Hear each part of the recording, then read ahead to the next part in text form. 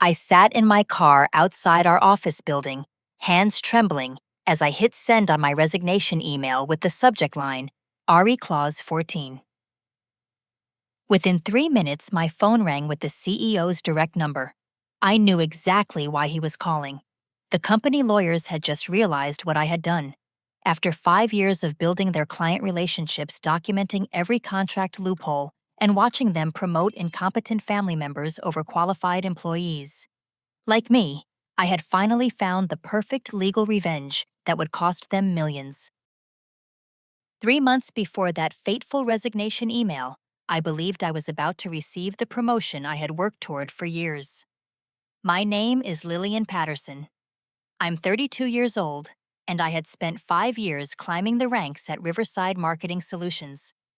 As senior account manager, I had built solid relationships with their 6 biggest clients: Westfield Healthcare, Thunder Bay, Construction, Maple Grove Insurance, Pinnacle Tech Solutions, Golden State Retail, and Ocean View Hospitality. Last year alone, I brought in over $4 million in new business, consistently ranking as the top performer in our department. My MBA from Northwestern with a specialization in contract law before switching to marketing made me uniquely qualified for the Vice President of Client Relations position that had been vacant for 8 months. I had just completed a major campaign for Westfield Healthcare that saved us from losing their account entirely.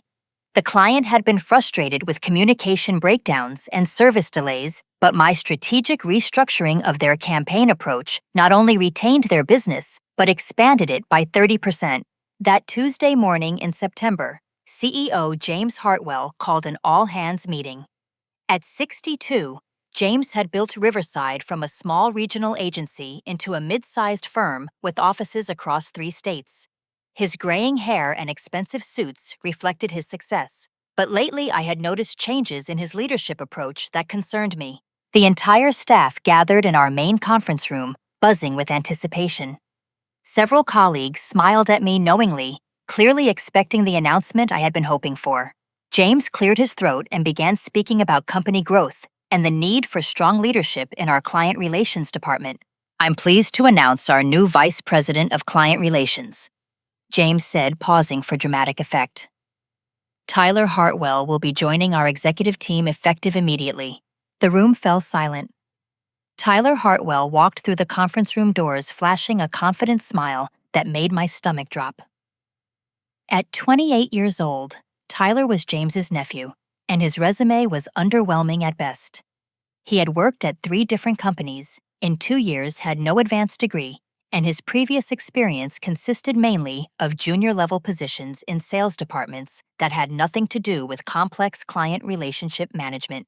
After the meeting, James asked me to stay behind. "Lillian, I need you to work closely with Tyler during his transition," he said, avoiding direct eye contact. "Your experience will be invaluable in helping him understand our client portfolios and operational procedures." "What about the VP position?" I asked, my voice carefully controlled. I was under the impression that my performance and qualifications made me the leading candidate. James shifted uncomfortably. "Tyler brings fresh perspectives and innovative approaches that align with our company's future direction. I'm confident you'll appreciate his leadership style once you get to know him better." Over the following days, I learned that Tyler would be making $78,000 annually, $30,000 more than my current salary, despite having significantly less experience and education. I was expected to train him while maintaining my existing responsibilities and workload, essentially doing both jobs for the price of one. My first meeting with Tyler revealed the depth of the problem I was facing. He arrived 20 minutes late, blamed traffic that didn't exist, and immediately began explaining how his previous companies had outdated approaches to client management. When I tried to walk him through our current client portfolios, he interrupted frequently to suggest changes to strategies that had taken months to develop and implement successfully. "The thing about your generation," Tyler said with a patronizing smile, "is that you get too attached to old ways of doing things. Modern business requires flexibility and innovation, not just following established procedures." My assistant, Rachel Martinez, had worked with me for 3 years and possessed an intuitive understanding of client needs that made her invaluable to our department's success. After Tyler's first day, she approached my office with obvious concern. "I've never seen someone dismiss proven strategies so quickly," Rachel said, closing my office door. "He asked me to reschedule the Westfield healthcare meeting because he wants to review their file first, but then spent the afternoon browsing social media instead of reading their account history." The breaking point came during Tyler's first client meeting with Westfield Healthcare. I sat in the back of the conference room, watching him present strategies that he had copied directly from my detailed notes while claiming them as his innovative approaches. When the client asked specific questions about contract renewal terms and pricing structures, Tyler provided completely incorrect information that could have cost us the account. "We're looking at a 15% rate increase across all services," Tyler announced confidently, despite our agreement with Westfield specifically stating that rates would remain frozen for 18 months as part of their expanded contract. Dr. Jennifer Walsh, Westfield's chief marketing officer, looked confused. "That's not consistent with the terms Lillian negotiated with us last month. We have documentation showing our rates are locked until next March." Tyler glanced at me with obvious panic, then smiled broadly. "Of course, Dr. Walsh. I was referring to our standard rates for new clients. Your established relationship with Riverside definitely qualifies for our preferred pricing structure." After the meeting, Dr. Walsh pulled me aside privately. "Lillian, I hope you'll continue managing our account directly. We've built a strong working relationship, and your understanding of our needs has been exceptional. I'm concerned about maintaining that level of service if there are changes in our primary contact." That evening, I sat in my apartment reviewing everything that had transpired. My 5 years of dedication, my consistent performance, my advanced education, and my proven track record meant nothing compared to family connections. Tyler would receive credit for my work, earn more money for inferior performance, and potentially damage relationships I had spent years building. My longtime boyfriend, Mark Thompson, found me staring at my laptop screen at 11 o'clock that night. Mark worked as a software engineer and had always been supportive of my career ambitions, but he could see how the situation was affecting my mood and motivation. "Maybe it's time to consider other opportunities," Mark suggested gently. "You've proven yourself here, but if they don't value what you bring to the company, maybe somewhere else will." His words echoed thoughts I had been trying to suppress. As I lay awake that night, I remembered my contract law background and wondered if there might be options I hadn't considered. My employment agreement was complex, and I had signed several amendments over the years as my responsibilities expanded. Perhaps it was time to review those documents more carefully. The next morning brought another unpleasant surprise. Tyler had scheduled a department meeting to discuss restructuring our approach to client communications. He announced that all client correspondence would now route through him for approval before being sent effectively, making me a subordinate in relationships I had developed independently. This will ensure consistency in our messaging and prevent any confusion about who represents Riverside in client interactions, Tyler explained, looking directly at me. "Too many cooks in the kitchen can spoil the broth, if you know what I mean." I realized then that this was not simply about promoting an unqualified family member. This was about systematically removing me from the client relationships I had built while forcing me to train my replacement. Tyler intended to take credit for my work while positioning himself as the primary contact for all major accounts. 2.5 months before my resignation, Tyler's incompetence became impossible to ignore, though the company seemed determined to overlook his mounting failures. His mistakes were not minor oversights, but fundamental misunderstandings of client needs and basic business principles. The Thunder Bay construction incident exemplified his dangerous lack of competence. Tyler submitted a proposal for their highway expansion project that underestimated costs by 40%, failing to account for environmental compliance requirements and seasonal weather delays that were standard considerations in construction marketing. When I discovered the error 3 days before the client presentation, I had to work through 2 nights to recalculate projections and redesign the entire campaign strategy. "Great work on catching those minor adjustments," Tyler announced at our team meeting, taking full credit for the corrected proposal. This is exactly the kind of attention to detail that makes our department successful. I began documenting every correction I made to his work, creating a detailed record of his incompetence and my uncredited contributions. The file grew rapidly as Tyler's mistakes multiplied across all client accounts. Client feedback revealed a disturbing pattern. Multiple accounts specifically requested that I handle their projects rather than Tyler, but these requests were either ignored or redirected without my knowledge. When Pinnacle Tech Solutions called to discuss their quarterly campaign review, Tyler intercepted the call and scheduled the meeting without informing me. Rachel approached me with concerning observations about Tyler's work habits. He claims to be in client meetings every Tuesday and Thursday afternoon, she whispered. But I've called those clients to confirm scheduling, and none of them have meetings with him. He's been leaving the office at 2 o'clock and not coming back. This revelation prompted me to investigate Tyler's expense reports, which revealed a pattern of fraudulent charges. Luxury dinners at expensive restaurants were billed to the company as client meetings, but when I cross-referenced the dates and locations with actual client schedules, none of the claimed meetings had occurred.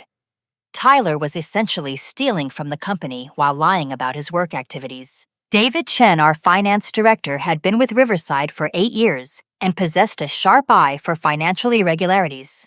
When he approached me privately about his observations, I realized the corruption extended beyond Tyler's individual misconduct. The family hiring patterns are creating serious problems, David confided during a coffee break away from the office. Tyler's not the only relative getting preferential treatment. James hired his daughter Emma as marketing coordinator 6 weeks ago, despite her having zero experience in marketing or communications.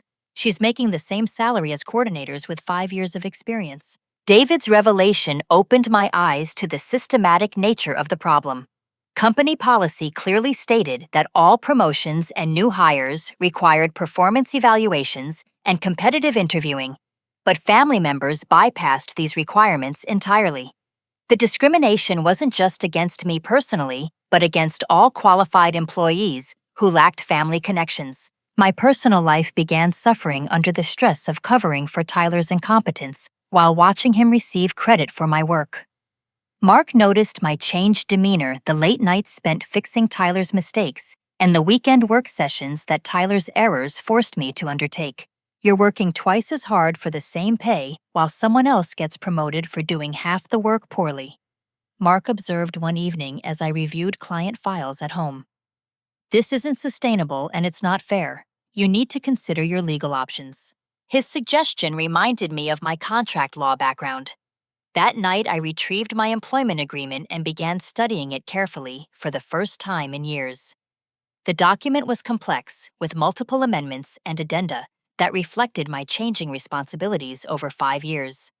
As I read through the legal language, certain clauses caught my attention, particularly those related to job responsibilities and compensation adjustments. The most shocking discovery came through overhearing a conversation between Tyler and Emma Hartwell in the break room. They were discussing their father's plans for company restructuring, unaware that I was working late in the adjacent conference room. Dad says Tyler will be senior VP within 6 months, Emma giggled. He's going to have authority over all client relationships, including the old-timers who think they know everything. Tyler's response chilled me to the bone. I'm definitely planning to clean house once I have full authority. Some of these older employees don't understand modern business approaches, and they're holding back our growth potential. Lillian's going to be the first to go once I've learned everything she knows about client management. I realized then that my situation was not about proving myself or waiting for recognition. Tyler and James had already decided my fate.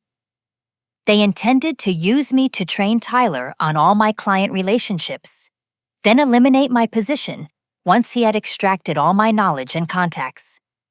I was being systematically pushed out after giving 5 years of loyal service and exceptional performance. The next incident pushed me past my emotional breaking point. Maple Grove Insurance had specifically requested that I handle their account transition to new services we were developing. Tyler insisted on taking the meeting, claiming that senior management should handle high-level strategic discussions. During the presentation, He made promises about service capabilities that our company could not deliver, creating expectations that would be impossible to meet. After Tyler left the meeting early for another client appointment, I had to call Maple Grove privately to explain our actual capabilities and limitations.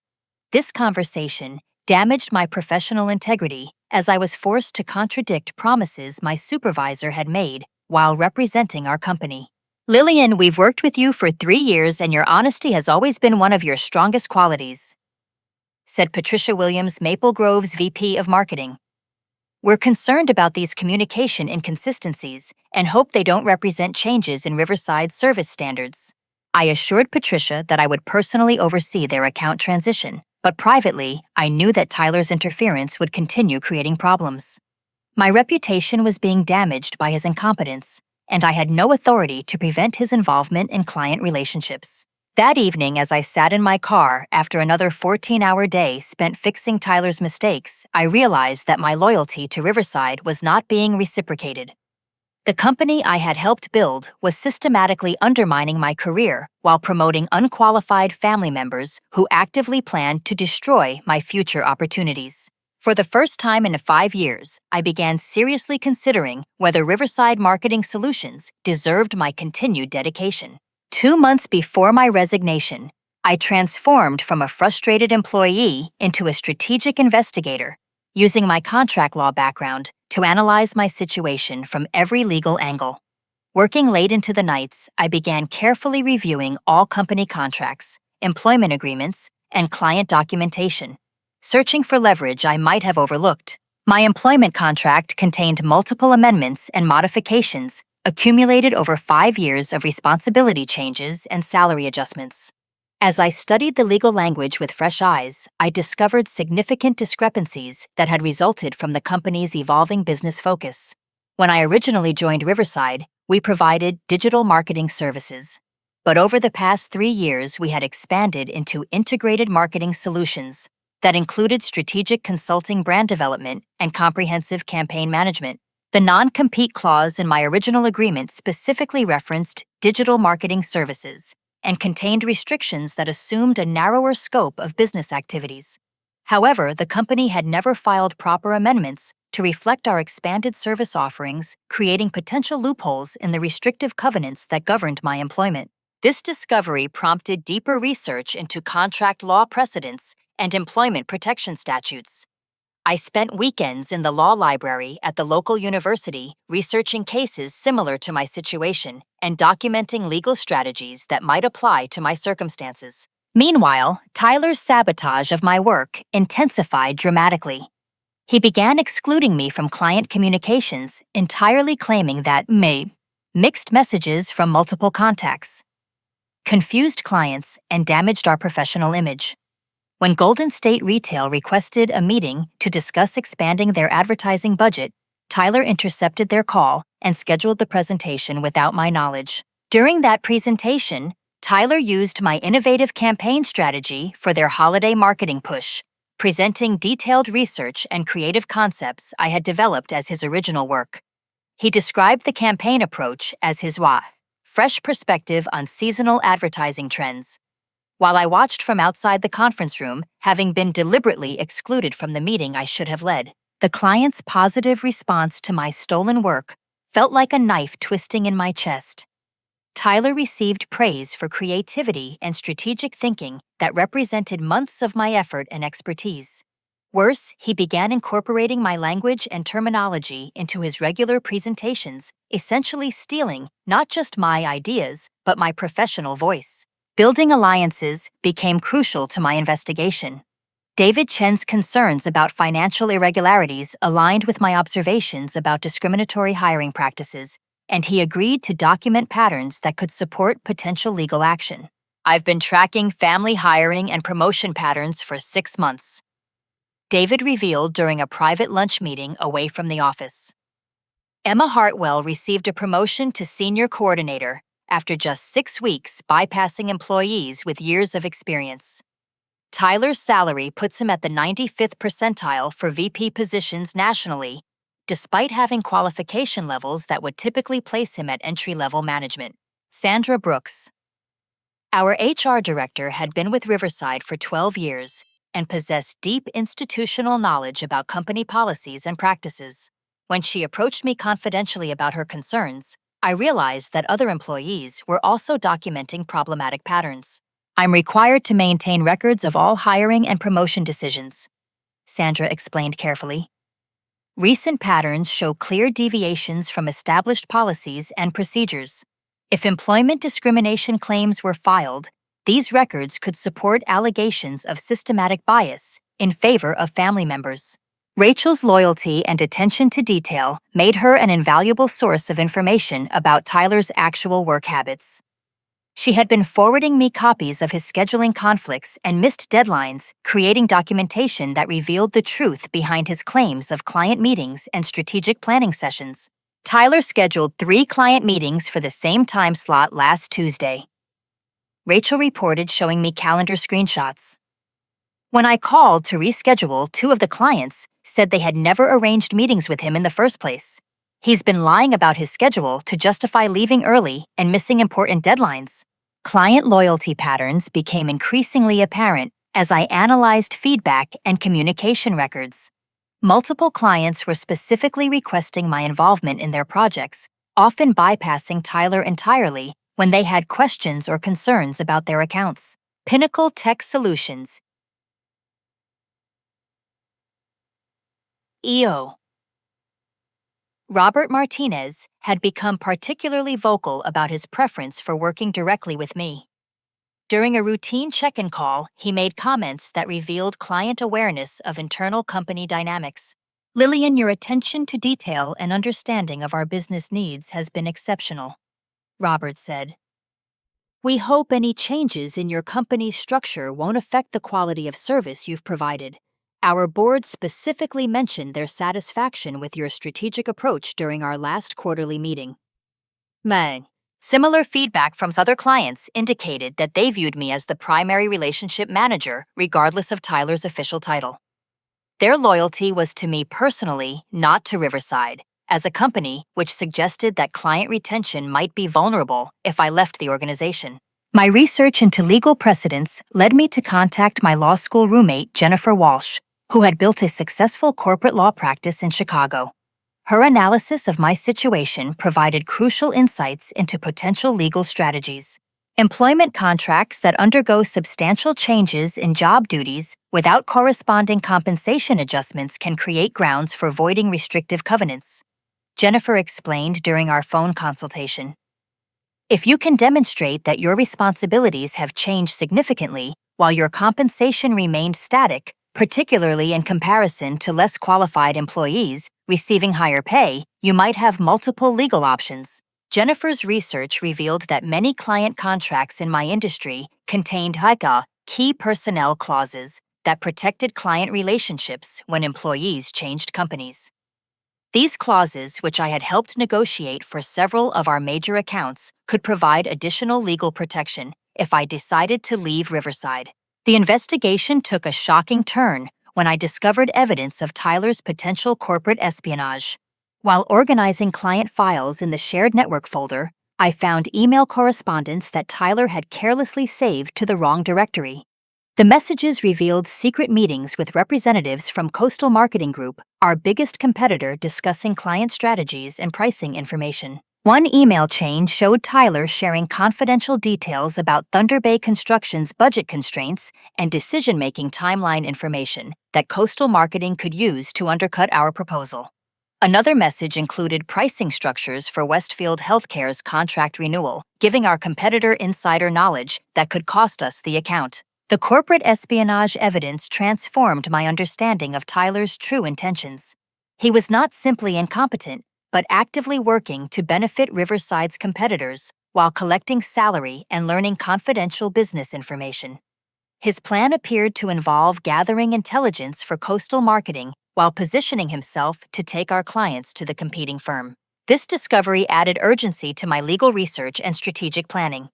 Tyler represented not just a threat to my career, but a danger to the company's survival and the job security of all loyal employees. As I assembled documentation of Tyler's misconduct, discriminatory hiring practices, and potential criminal activity, I realized that my situation had evolved beyond personal grievances into a complex legal matter with implications for the entire organization. The pieces of my strategy were falling into place, but I knew that timing and execution would be crucial for success. 1 month before my resignation, the evidence of Tyler's corporate espionage became impossible to ignore, and my breaking point arrived with devastating clarity.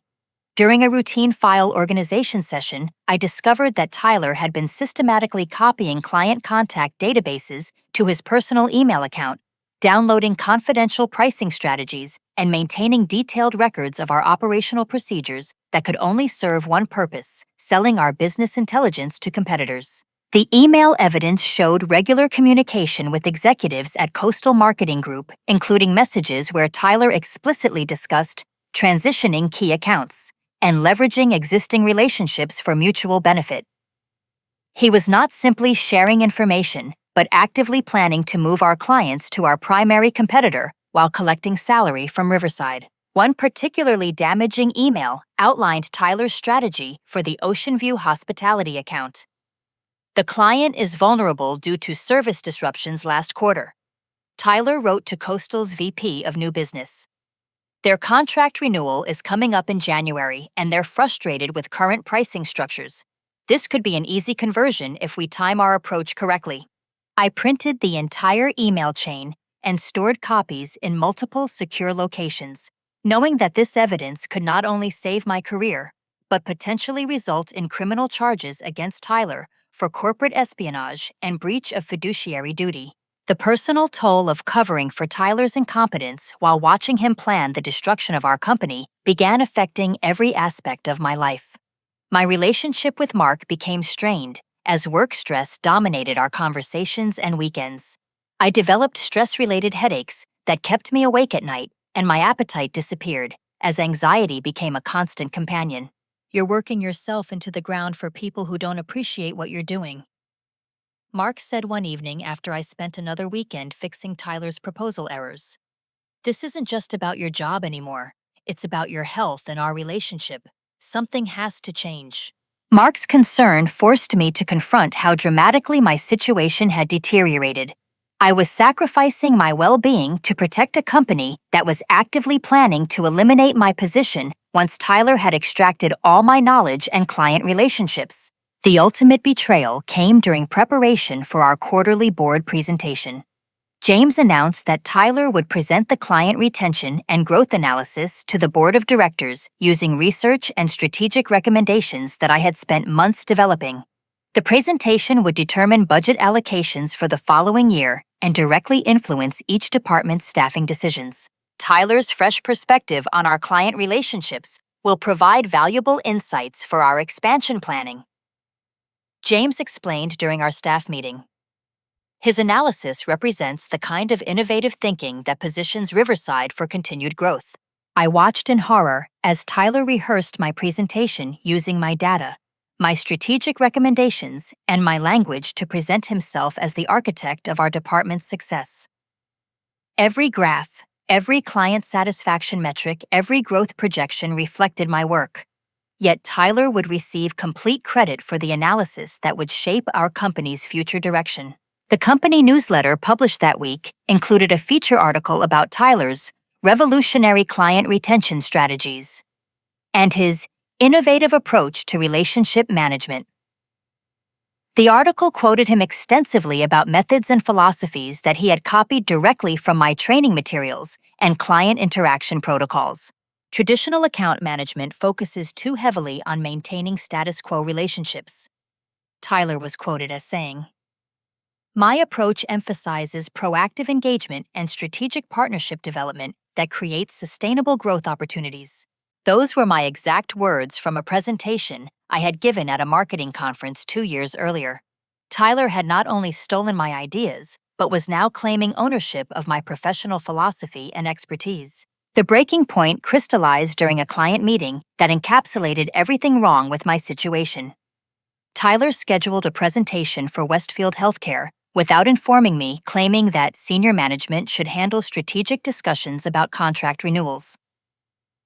During the meeting, he presented campaign performance data that I had compiled while taking credit for strategies that I had developed and implemented over 18 months of careful relationship building. When Dr. Walsh asked specific questions about implementation challenges and solution methodologies, Tyler could not provide coherent answers because he had not been involved in the actual campaign work. Instead of admitting his lack of knowledge, he threw me under the bus in front of our most important client. Unfortunately, Lillian's research support has been inadequate for this level of strategic analysis, Tyler announced, looking directly at me with calculated malice. Her traditional approaches don't align with the innovative methodologies that modern clients expect from their marketing partners. Dr. Walsh, who had worked closely with me for 3 years and knew exactly who had developed the successful strategies Tyler was presenting, looked shocked by his accusation. Her expression shifted from confusion to disappointment as she realized that Tyler was deliberately undermining the person responsible for their account's success. After the meeting, James called me into his office for what became the final destruction of my faith in Riverside's integrity. Instead of investigating Tyler's false claims or reviewing the actual work records, James wrote me up for failure to provide adequate research support and, inability to collaborate effectively with senior management. The formal disciplinary action went into my employment file with false accusations that could damage my future job prospects and career opportunities. James was creating documented justification for terminating my employment while protecting Tyler from accountability for his lies and incompetence. Your attitude toward new leadership has become problematic, James said coldly. Tyler brings fresh energy and innovative approaches that represent our company's future direction. If you can't adapt to his management style, perhaps you should consider whether Riverside is the right fit for your career goals. Sitting in that office, listening to James defend Tyler's lies while threatening my job security, I realized that my 5 years of loyalty and exceptional performance meant nothing compared to family connections and political considerations. The company I had helped build was willing to sacrifice my career to protect an incompetent nephew who was actively sabotaging our business. That evening, I sat in my car in the company parking lot, staring at the building where I had invested the best years of my professional life. The stress headache that had been building all day pounded behind my eyes as I contemplated my impossible situation. Stay and accept systematic destruction of my career, or leave and face potential legal challenges from restrictive covenants that could prevent me from working in my field. For the first time since joining Riverside, I allowed myself to imagine a different future. What if I could turn my legal knowledge into a weapon instead of a shield?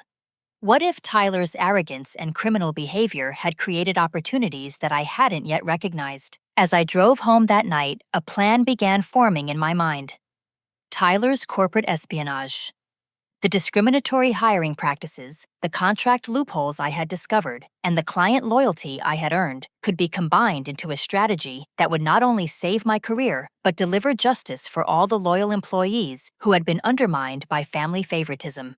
The breaking point had arrived, but instead of breaking me, it had crystallized my determination to fight back with every tool at my disposal. 2 weeks before my resignation, the pieces of my legal strategy finally clicked into place with stunning clarity. My contract law background, combined with months of careful documentation, had revealed multiple vulnerabilities in Riverside's legal position that could be exploited to secure my freedom and deliver justice. The breakthrough came during my third reading of employment contract amendments when I discovered a rarely invoked protection clause that addressed material changes to job responsibilities without corresponding compensation adjustments.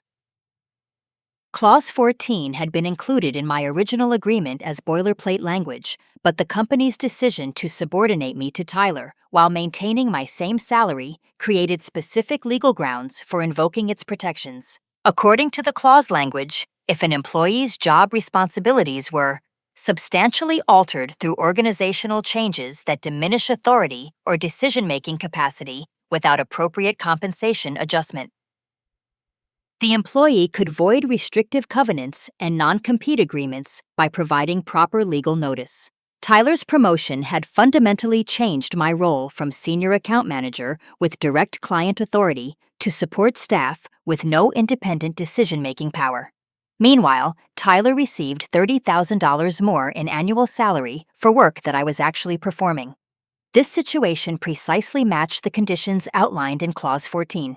My lawyer friend Jennifer confirmed that invoking this clause would legally nullify my non-compete agreement and provide strong protection against retaliation claims.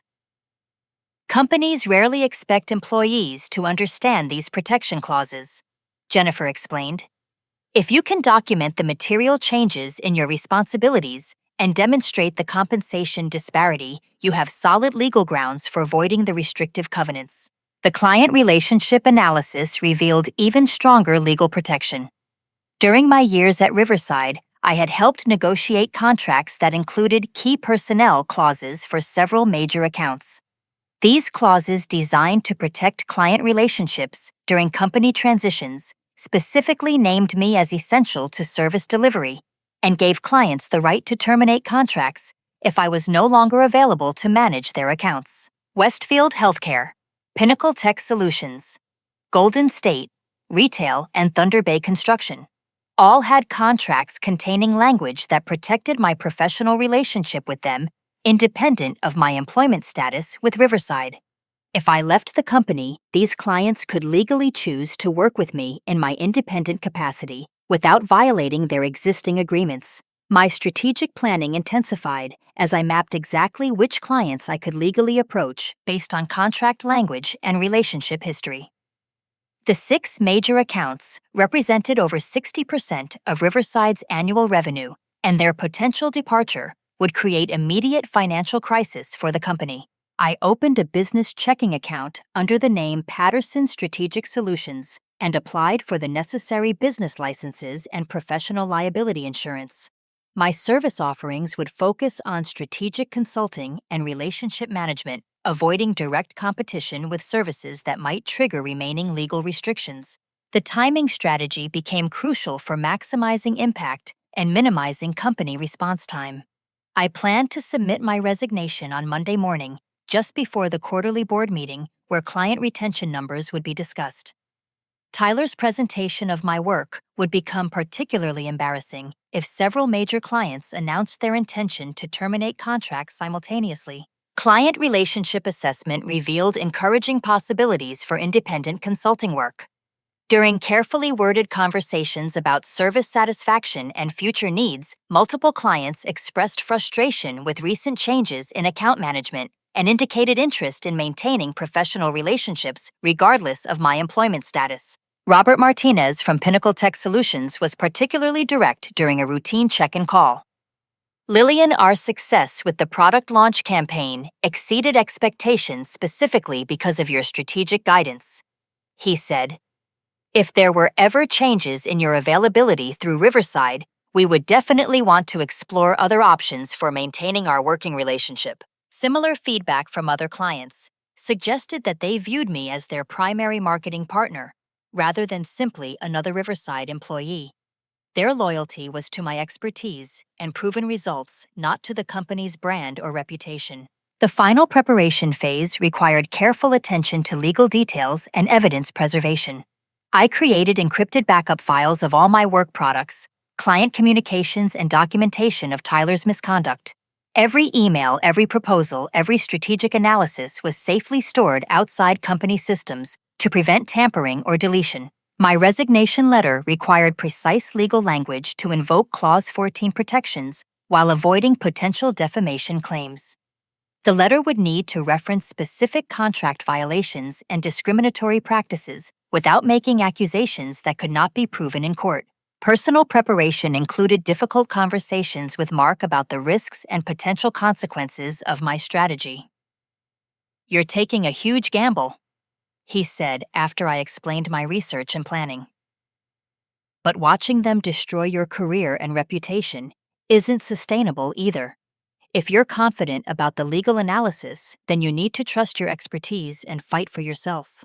Mark's support strengthened my resolve, but I knew that success would require flawless execution and perfect timing. One mistake could result in lawsuits, damaged professional reputation, and financial ruin. The most shocking discovery came Friday afternoon before my planned Monday resignation, when I learned about Tyler's acceleration of his sabotage timeline. Rachel approached me with alarming information about Tyler's schedule for the following week. Tyler scheduled Monday morning meetings with all 6 major clients, Rachel whispered urgently. He told me to send calendar invitations announcing him as their new primary relationship manager and to mention that you would no longer be available for account management. This revelation changed everything. Tyler was planning to announce my removal from client relationships before I had submitted my resignation, essentially forcing me out while stealing the professional connections I had built over 5 years. His corporate espionage plan was entering its final phase, with my clients being transferred to his control in preparation for moving them to Coastal Marketing Group. The urgency of the situation accelerated my timeline and added critical importance to my legal strategy. I could not allow Tyler to damage my client relationships or claim ownership of professional connections that represented years of dedicated work. That weekend, I finalized every detail of my resignation strategy, knowing that Monday morning would determine the trajectory of my career and professional future.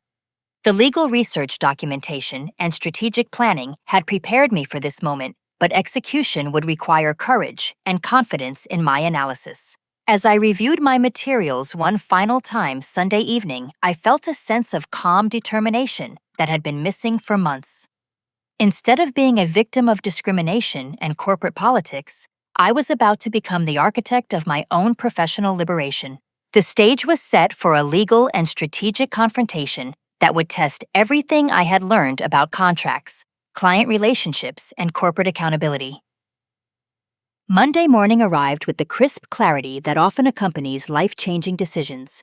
I reached the office at 7:30, 90 minutes before the start of business, to ensure that my resignation email would be waiting in executive inboxes when they arrived.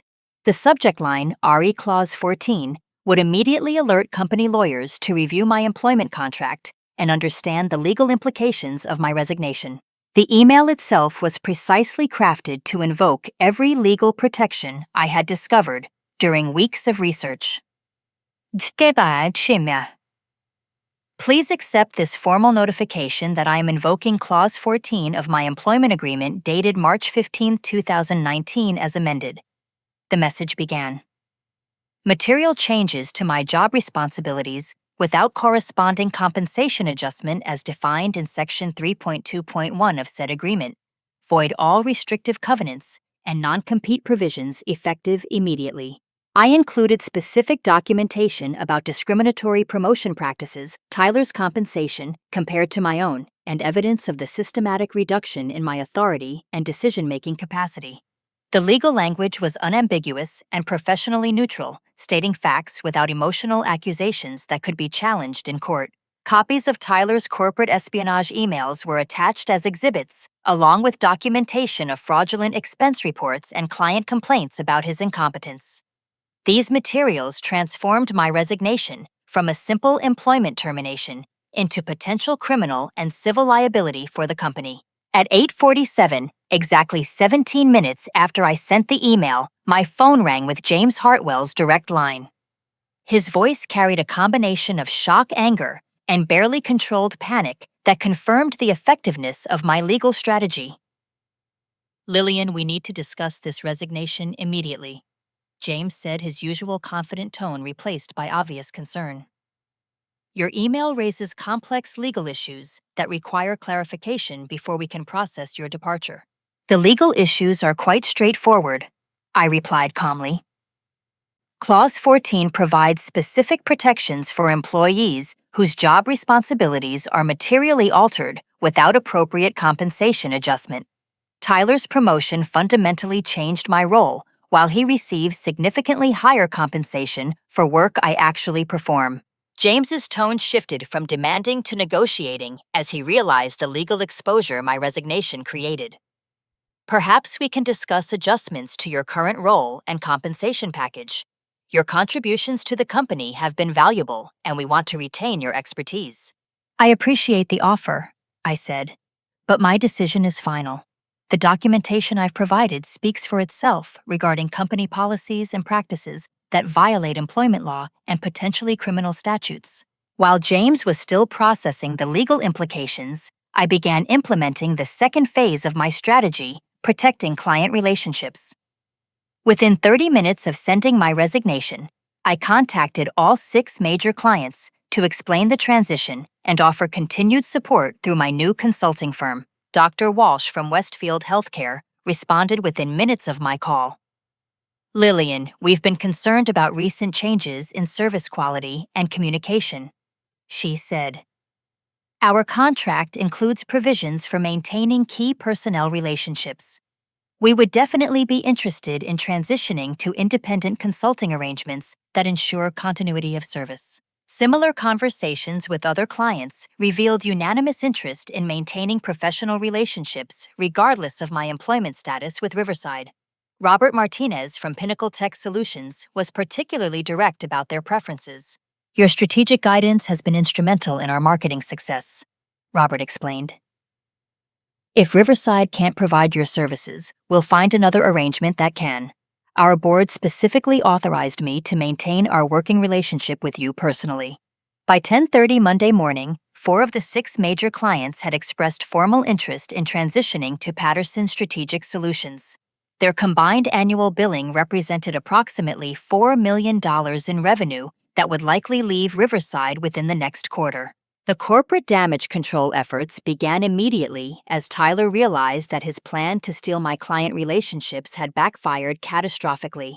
He burst into James's office demanding that they sue Lillian into bankruptcy and destroy her professionally to prevent client defections. Unknown to Tyler, James had put our conference call on speakerphone, allowing me to hear Tyler's demands for retaliation and his admission that he had worked too hard setting up those client transitions to let her ruin everything now. His words provided additional evidence of his premeditated plan to steal company assets for personal benefit. Tyler, you need to calm down and let our legal team handle this situation, James said, clearly aware that Tyler's statements were being recorded. Threats against former employees could create additional legal liability for the company. Tyler's response revealed the depth of his panic and criminal intent. She can't prove anything about the coastal marketing meetings, he said, apparently forgetting that I had already provided email evidence of his corporate espionage. Those conversations were just preliminary discussions about industry trends. James's sharp intake of breath indicated that he was hearing about Tyler's competitor communications for the first time. What conversations with coastal marketing? He demanded, his voice rising with alarm. The company's legal position deteriorated rapidly as lawyers reviewed my documentation and realized the extent of potential liability. Sandra Brooks called me within an hour to discuss transition procedures and express concerns about employment law violations that my resignation had exposed. I want to be completely transparent about my situation, Sandra said carefully. I've been documenting discriminatory hiring practices because I was concerned about legal exposure. Your resignation materials confirm patterns that could result in significant liability for the company. David Chen's involvement added financial credibility to the discrimination claims. His analysis of compensation patterns showed systematic bias favoring family members despite inferior qualifications and performance records. Tyler's salary exceeded industry standards for his experience level, while qualified employees like myself received below-market compensation for superior performance. By late afternoon, the full scope of the company's crisis became apparent. Tyler's corporate espionage threatened existing client relationships. Potential criminal charges could damage the company's reputation, and the loss of major accounts would create immediate financial pressure that might force significant layoffs or restructuring. James made one final attempt to contain the damage by offering substantial concessions to retain my services. We're prepared to promote you to Senior VP, with authority over Tyler, increase your salary to $90,000 annually, and give you complete autonomy over client relationships, he proposed during our afternoon phone call. I appreciate the offer, I responded, but these issues reflect fundamental problems with company culture and leadership that cannot be resolved through individual accommodation. My decision to leave is final. The most satisfying moment came when Tyler's crimes were fully exposed to company leadership. James confronted him about the coastal marketing emails, the fraudulent expense reports, and the client information theft. Tyler's defensive explanations only confirmed his guilt and revealed the premeditated nature of his betrayal. You've potentially committed corporate espionage fraud and breach of fiduciary duty, James told Tyler during a heated conversation that echoed throughout the executive office area. We have to terminate your employment immediately and consider whether criminal charges are appropriate. Tyler's firing brought immediate relief to other employees who had been suffering under his incompetent leadership and abusive management style. Rachel approached me before I left the building that evening to express gratitude for exposing the corruption that had been destroying company morale. Everyone knew Tyler was incompetent, but nobody realized he was actually stealing from the company and planning to destroy it, Rachel said. You saved all of our jobs by bringing this to light. As I drove home that evening, my phone contained voice messages from 4 major clients confirming their intention to work with Patterson Strategic Solutions. The legal strategy had succeeded beyond my expectations, delivering not only personal justice, but protection for other employees who had been victimized by discriminatory practices. The immediate consequences of my resignation created exactly the professional freedom and client relationships I needed to build a successful independent consulting practice while holding corrupt leadership accountable for their actions. 6 months after my resignation, Patterson Strategic Solutions had become everything I had envisioned, and more. The small office space I rented in a modern business complex downtown buzzed with activity as my team handled accounts that generated more revenue in half a year than my previous 5 years of salary combined. All 6 major clients had transitioned to my firm within the first quarter, bringing with them expanded project scopes that Riverside had never been able to accommodate. Westfield Healthcare increased their marketing budget by 40% and signed a 3-year exclusive partnership agreement that included strategic consulting services I had always wanted to offer, but couldn't under Riverside's limited service model. Dr. Walsh summarized the client perspective during our quarterly review meeting. Working with Patterson Strategic Solutions has been transformational for our marketing effectiveness, she said. The level of personal attention, strategic insight, and innovative approaches we receive now exceeds anything we experienced with larger agencies. You've proven that expertise and dedication matter more than company size. Thunder Bay Construction referred 3 major contractors to my firm after seeing the results of our integrated campaign approach. Their CEO, Robert Thompson, became one of my strongest advocates in the industry. Lillian's understanding of our business needs and her ability to translate those needs into effective marketing strategies is exceptional, he told colleagues at industry networking events. She's the best strategic consultant we've ever worked with. The success allowed me to hire 3 former Riverside employees who had left due to the toxic culture created by family favoritism. Rachel Martinez joined as my business partner, handling operations and client coordination with the same intuitive understanding of client needs that had made her invaluable at Riverside. Sandra Brooks became our HR director, bringing 12 years of experience and a commitment to ethical employment practices that would prevent the discrimination problems we had experienced. David Chen provided financial consulting for business expansion planning, helping structure the growth to maintain quality while increasing capacity. His expertise in identifying financial patterns and regulatory compliance ensured that Patterson Strategic Solutions would never face the legal vulnerabilities that had plagued Riverside. The consequences for Riverside Marketing Solutions were severe and immediate. Tyler's termination for corporate espionage led to criminal charges when prosecutors discovered the extent of confidential information he had shared with competitors. His professional reputation was destroyed across the industry, making him unemployable in marketing or any field requiring fiduciary responsibility.